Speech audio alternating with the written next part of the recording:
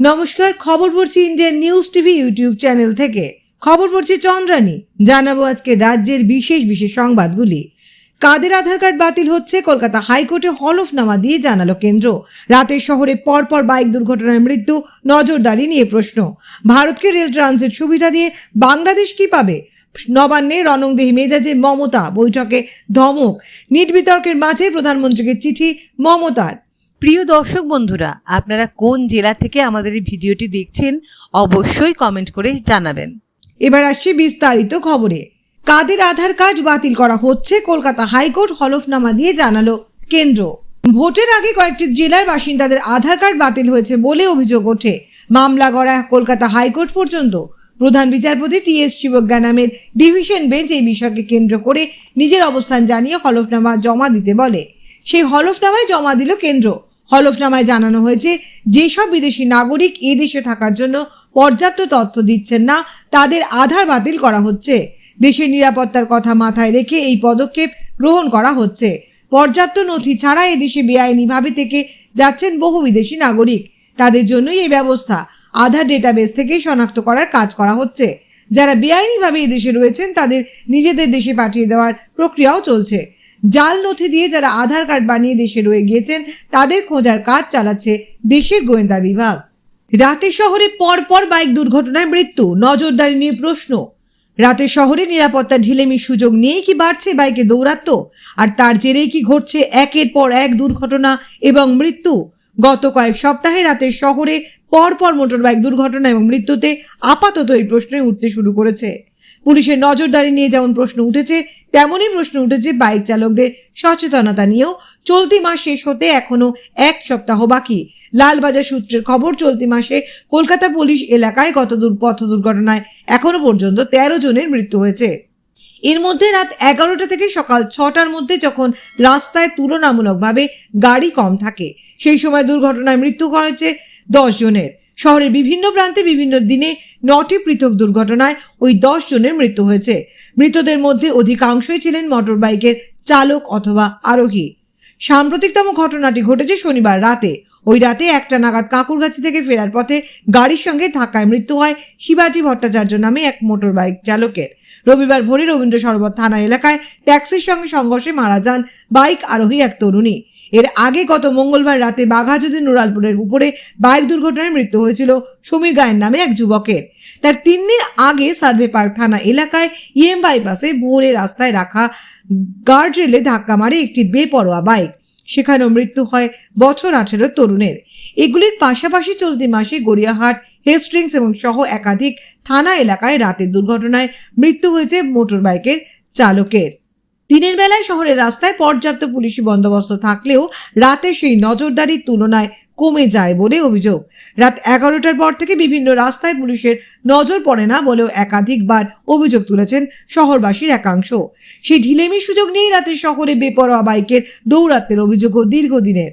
কখনো পিছনে একাধিক জনকে বসিয়ে কম বয়সীদের বাইক ছোটাতে দেখা যায়, কখনো রাতের শহরে চলে জয় রাইড। অধিকাংশ ক্ষেত্রে বাইক চালক বা আরোহীরা মাথায় হেলমেট থাকে না।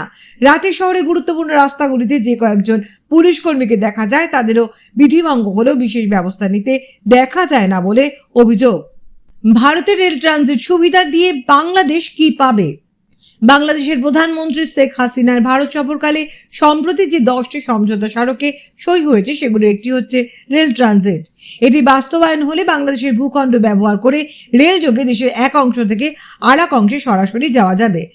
ভৌগোলিক অবস্থানের কারণে উত্তর পূর্বাঞ্চলের রাজ্যগুলো থেকে পণ্য ও মালামাল আনার নেওয়ার ক্ষেত্রে বেশ বেগ পেতে হয় ভারতকে।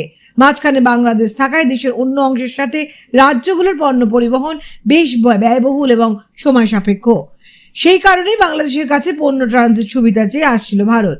কয়েক বছর আগে 2টি রুটে পণ্য পরিবহনের অনুমতি বা ট্রানজিট দেয় বাংলাদেশ। তবে ওই চুক্তির আওতায় ভারতের মালবাহী ট্রেন বাংলাদেশের মধ্যে দিয়ে সরাসরি যেতে পারে না, বরং বাংলাদেশ সেগুলো ভারতীয় সীমান্তের এক প্রান্ত থেকে অন্য প্রান্তে পৌঁছে দেয়। কিন্তু নতুন সমঝোতা চুক্তির ফলে বাংলাদেশের ভেতর দিয়ে রেল যোগে ভারত এখন সরাসরি নিজেদের পণ্য ও মালামাল পরিবহনের সুবিধা পাবে। এই ট্রানজিট চালু হলে নিজ দেশের মধ্যে রেলপথে দূরত্ব অনেকখানি কমবে ভারতের। গত শনিবার সাংবাদিকদের বলেন ভারতের পররাষ্ট্র সচিব বিনয় মোহন কোয়েত্রা। নিজেদের পণ্য পরিবহনের সুবিধা পাবে ভারত। সমঝোতা স্মারক হওয়ার মানে এই বিষয়ে দুই দেশ একমত হয়েছে এবং এখনো প্রাথমিক পর্যায়ে রয়েছে। ভারতের পক্ষ থেকে জানানো হয়েছে যে পরীক্ষামূলকভাবে আগামী জুলাই মাসে বাংলাদেশের ভেতর দিয়ে ভারতের রেল চালানো হতে পারে। নবান্নে রণংদেহী মেজাজে মমতা, বৈঠকে ধমক। 24শে জুন নবান্নে পুরসভাগুলিকে নিয়ে বৈঠক। সেখানে রাজ্যের মুখ্যমন্ত্রী মমতা বন্দ্যোপাধ্যায় কার্যত রণংদেহী মূর্তি ধারণ করেন। দুর্নীতি থেকে তোলাবাজি, বেআইনি নির্মাণ, জমি দখল, বেহাল সড়ক নিকাশি, পার্কিং তো বটেই, এমনকি রাজ্যের সাংস্কৃতিক পরিচিতি নিয়েও ধমকে সুর চড়ান মমতা। একের পর এক ইস্যু তুলে তারই নেতা মন্ত্রী থেকে রাজ্যের আমলাদের কার্যত তুলোধনা করতে দেখা গেল দিদিকে। নবান্নের বৈঠকে তিনি সেরা ও খারাপ পারফরমেন্সের নিরিখে পুরসভার তালিকা প্রকাশ করেন। হাওড়া নিয়ে মন্তব্য করতে গিয়ে মমতা বলেন, হাওড়া পুলিশকে বলবো একটা তদন্ত করার জন্য। চিফ সেক্রেটারিকেও বলছি, সেখানে যদি রাম, শ্যাম, যদু, মধু যেই হোক, এমনকি আমিও যদি হই, সেখানে ছাড়বেন না। আমি জানতে চাই কে দখল করছে, পেছনে কারা গ্যাং আপ করছে। সরকারের সম্পত্তি কারো ব্যক্তিগত সম্পত্তি নয়। লোভ বেড়ে যাচ্ছে, লোভটাকে কমাতে হবে। বাইরের লোকেরা এসে জমিদান দখল করছে। এরপর মমতা বলেন, হাওড়ার পুর প্রশাসনকে নিজের হাতে ক্ষমতা রেখেছেন, কারোর সঙ্গে আলোচনা করেন না, নিজের গায়ের জোরে চলেন। হাওড়ায় কেউ আছেন এখানে? দিদি জানতে চান হাওড়ার কোনো আমলার উপস্থিতি সেখানে আছে কি না। তারপর বলেন, দীপা হচ্ছে না, তোমার এসডিও রয়েছেন না, তোমরা কাউন্সিলর না থাকায় এমএলএরা অ্যাডভান্টেজ নিচ্ছে। কি অ্যাডভান্টেজ আমি ভেঙে বলছি না। হাওড়া নিয়ে মমতার সাফ বার্তা। হাওড়ার ক্ষেত্রে রথীন চক্রবর্তী যখন মেয়র ছিলেন তখন পুরোটা 12টা বাজিয়ে দিয়ে গেছেন।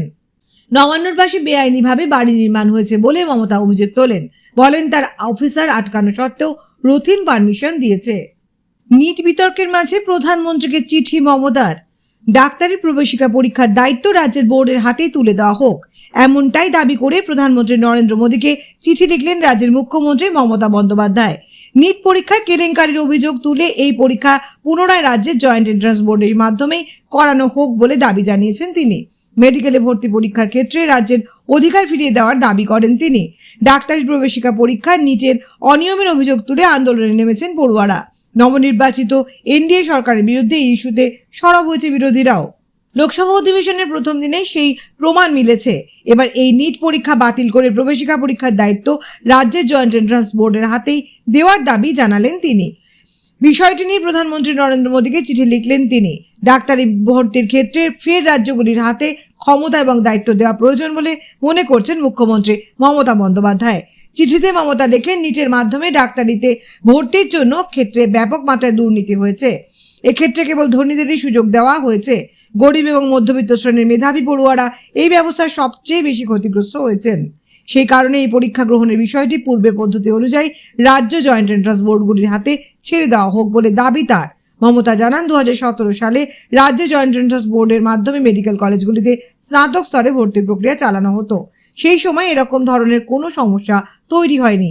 সেই কারণে মেডিকেলের পড়ুয়াদের বেছে নেওয়ার অধিকার রাজ্যের হাতেই থাকা উচিত বলে মনে করছেন তিনি। তার কথায়, পুরনো পদ্ধতিতে ফিরে গেলে পরীক্ষা নিয়ে অচলাবস্থা কাটবে এবং পরীক্ষার্থীরা পুনরায় আত্মবিশ্বাস ফিরে পাবেন।